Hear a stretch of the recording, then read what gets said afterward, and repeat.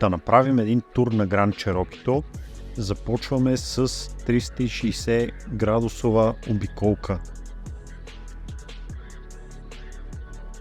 Тук може да видите, че задните стъкла, страничните и задните стъкла са затъмнени, което значи, че няма кой да ви гледа в багажника какво си оставяте, лятото е доста по-хладно. Ето го и самия багажник.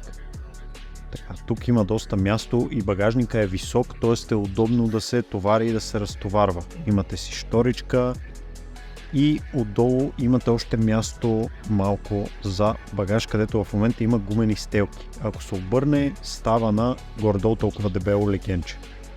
Друга готина функция е, че може да се отваря само стъклото и да си товарите директно от пекаш трак и си затваряте. Тук искам да сложа малко на пауза, за да ви покажа това. Тук пръска течност за чистачки на задната чистачка, което е много полезно, когато вали. Продължаваме напред с задните седалки.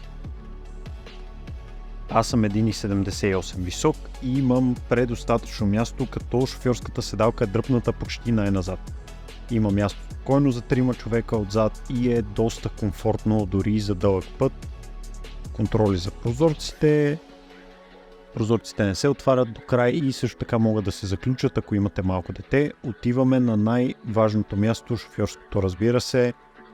Ето го имах агоновия волан, сега ще видите и TPMS-а.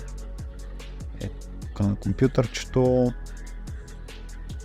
Всички стъкла, огледала и електроники си работят без никакъв проблем, включително огледалата са с автоматично затъмнение.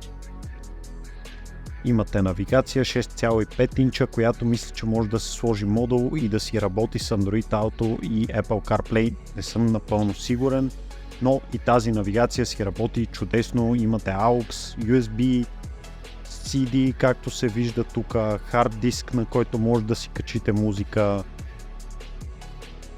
Ето я и скоростната кутия, бавни скорости. Когато дадем на драйв, не е нужно да даваме газ, ако пуснем спирачката, колата тръгва сама, което е добра индикация за състоянието на скоростната кутия.